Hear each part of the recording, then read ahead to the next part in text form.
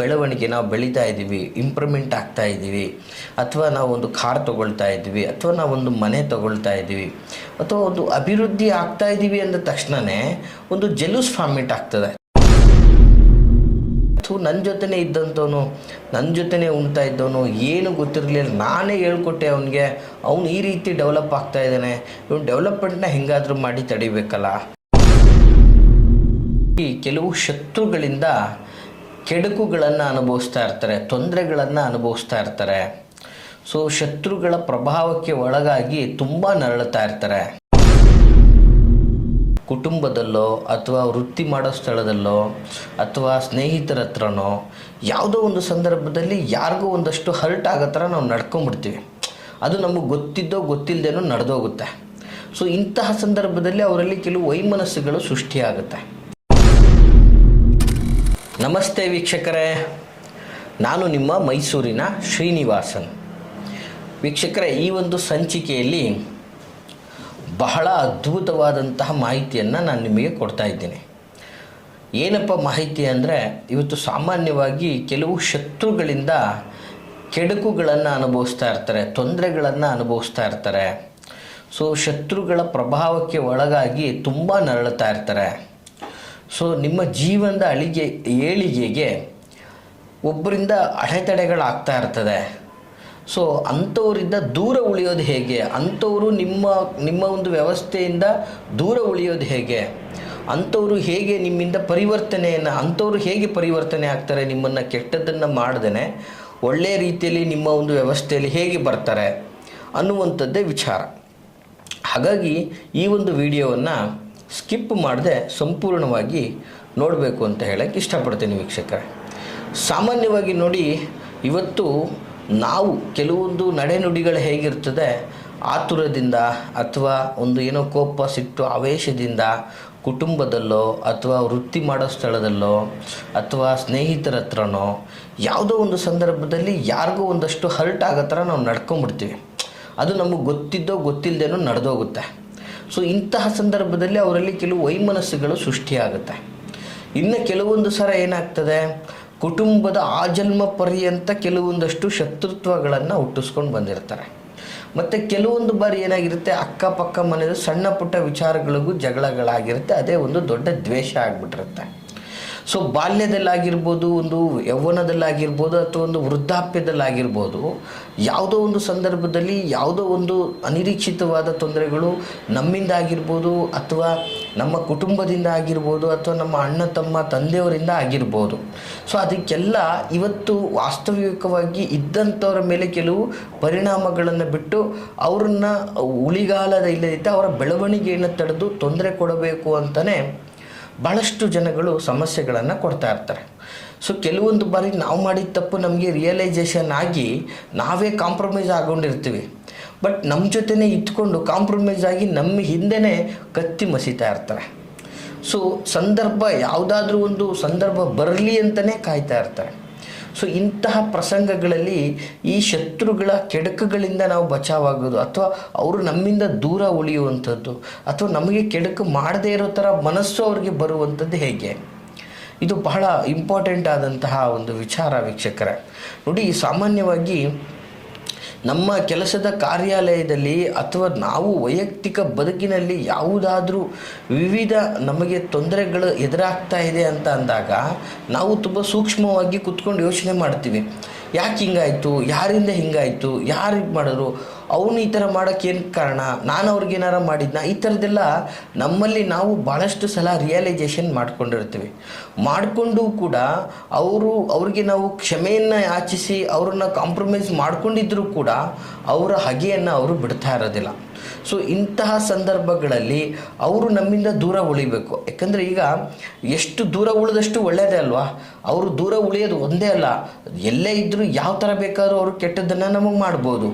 But ಆದರೆ ಅವರು ದೂರ ಉಳಿಯೋದ್ರ ಜೊತೆಗೆ ಕೆಟ್ಟದ್ದು ಮಾಡಬಾರ್ದು ಅನ್ನುವಂಥ ಮನಸ್ಥಿತಿ ಅವರಿಗೆ ಬರಬೇಕು.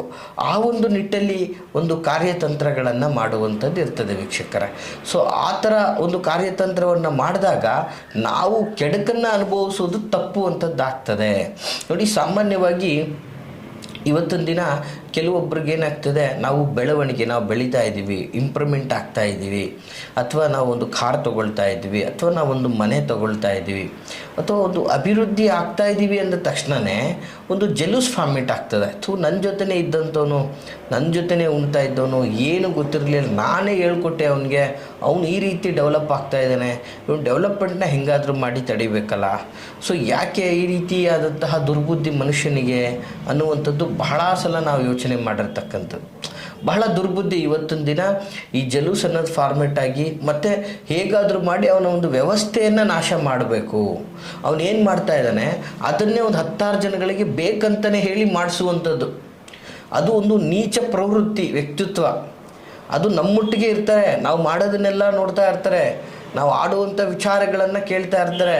ಸೊ ಅವನೇನೋ ಒಂದು ಅಭಿವೃದ್ಧಿ ಕಾಣ್ತಾ ಇದ್ದೇನೆ ಅಂದಿದ ತಕ್ಷಣ ಅವನ ಸರ್ಕಲನ್ನು ಬಳಸ್ಕೊಂಡು ಅದೇ ರೀತಿಯಲ್ಲಿ ಎಲ್ಲರಿಗೂ ಮಾಡಲಿಕ್ಕೆ ಅವಕಾಶವನ್ನು ಮಾಡಿಕೊಡುವಂಥದ್ದು.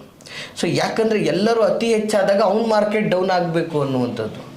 ಕೆಲವೊಬ್ಬರಿಗೆ ಗೊತ್ತೇ ಇರೋದಿಲ್ಲ ವೀಕ್ಷಕರೇ, ಯಾರು ಏನೇ ಮಾಡಿದ್ರು ಕೂಡ ಅವ್ರಿಗೆ ಏನು ಹಾಕಬೇಕು ಅದು ಹಾಗೇ ಆಗ್ತಾ ಇರ್ತಕ್ಕಂಥದ್ದು. ಅಂದರೆ ವಿಶೇಷವಾಗಿ ಭಗವಂತ ಏನು ಹೇಳಿದ್ದಾನೆ ಅಂತಂದರೆ, ಇವತ್ತು ನಿನ್ನ ಕಾಯಕವನ್ನು ನೀನು ಮಾಡು, ಫಲಾಫಲವನ್ನು ನನಗೆ ಬಿಡು ಅಂತಕ್ಕಂಥದ್ದು. ಅಂದರೆ ನಿನ್ನ ಕಾಯಕವನ್ನು ನೀನು ಮಾಡಿ ಸುಮ್ಮನೆ ಇರುವಂತಲ್ಲ, ನಿನ್ನ ಕಾಯಕವನ್ನು ನೀನು ಬಹಳ ಪ್ರೀತಿಯಿಂದ, ಬಹಳ ಗೌರವದಿಂದ, ಬಹಳ ಶ್ರಮವನ್ನು ಪಟ್ಟು ಮಾಡು, ಆದರೆ ಅದರ ಫಲ ಖಂಡಿತವಾಗಿ ನಿನಗೆ ಸಿಗ್ತದೆ ಅನ್ನುವಂಥದ್ದು.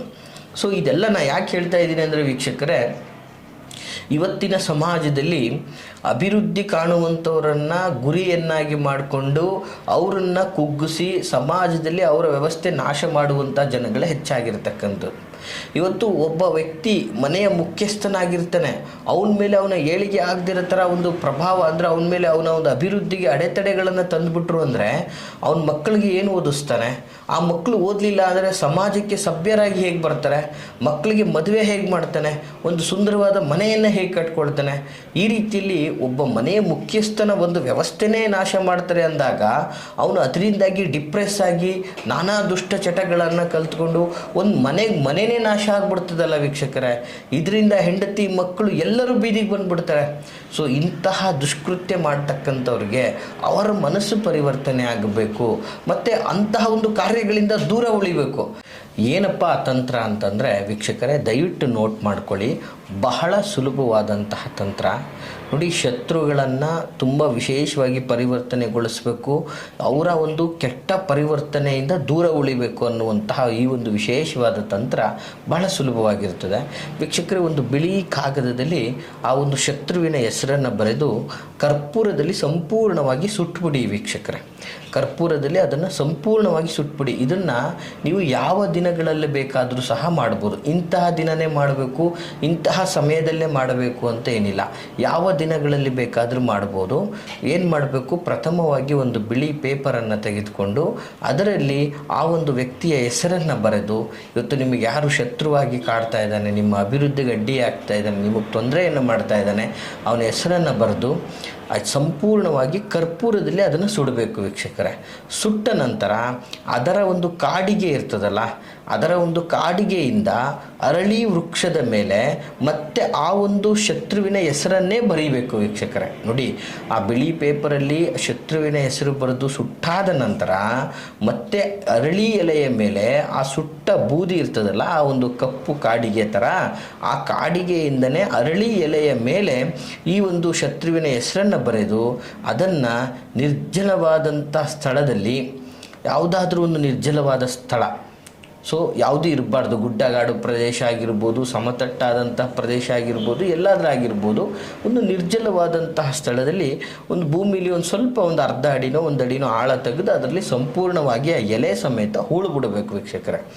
ಈ ರೀತಿಯಾಗಿ ಮಾಡುವುದರಿಂದಾಗಿ ಶತ್ರುವಿನ ಮನಸ್ಸು ಪರಿವರ್ತನೆಯಾಗಿ ಅವರು ನಿಮಗೆ ಕೆಡುಕು ಮಾಡುವುದರಿಂದ ದೂರ ಉಳಿಯುವಂತಹ ವ್ಯವಸ್ಥೆ ಆಗ್ತದೆ ವೀಕ್ಷಕರೇ. ಬಹಳ ಸರಳ ಹಾಗೂ ಸುಲಭವಾದಂತಹ ಒಂದು ತಂತ್ರ ಇದಾಗ್ತದೆ ವೀಕ್ಷಕರೇ. ಮಾಡ್ಕೊಳ್ಳಿ, ಶತ್ರುಗಳ ಒಂದು ತೊಂದರೆಗಳಿಂದ ಮುಕ್ತರಾಗಿ ಅಂತ ಹೇಳ್ತಾ, ಈ ಮಾಹಿತಿ ತಮಗೆ ಇಷ್ಟವಾಗಿದ್ದರೆ ಲೈಕ್ ಮಾಡಿ. ಹಾಗೆ ಯಾರೆಲ್ಲ ಸಂಕಷ್ಟದಲ್ಲಿದ್ದಾರೆ, ಈ ಶತ್ರುಗಳ ಉಪಟಳಗಳಿಂದ ನೋವನ್ನು ಅನುಭವಿಸ್ತಾ ಇದ್ದಾರೆ ಅಂಥವ್ರಿಗೆ ತಪ್ಪದೇ ಈ ಒಂದು ವಿಡಿಯೋವನ್ನು ಶೇರ್ ಮಾಡಿ ಅಂತ ಹೇಳ್ತಾ ಎಲ್ರಿಗೂ ಶುಭವಾಗಲಿ. ಹಾಗೆ ನಾವಿರುವಂತಹ ವಿಳಾಸ ಮೈಸೂರಿನ ವಿಜಯನಗರ 2ನೇ ಹಂತ KD ಸರ್ಕಲಲ್ಲಿ ನಮ್ಮ ಒಂದು ಕಚೇರಿ ಸಹ ಲಭ್ಯವಿರ್ತಕ್ಕಂಥದ್ದು. ಸೊ ನಿಮ್ಮ ಯಾವುದೇ ಥರದ ಸಂಕಷ್ಟಗಳನ್ನು ನಮ್ಮೊಟ್ಟಿಗೆ ಸಮಾಲೋಚನೆಯನ್ನು ಮಾಡಲಿಕ್ಕೆ ವಿಡಿಯೋದಲ್ಲಿ ಕಾಣ್ತಾ ಇರ್ತಕ್ಕಂತಹ ಸಂಖ್ಯೆಗೆ ಕರೆ ಮಾಡಿ ಅಂತ ಹೇಳ್ತಾ ಎಲ್ರಿಗೂ ಶುಭವಾಗಲಿ. ನಮಸ್ಕಾರ.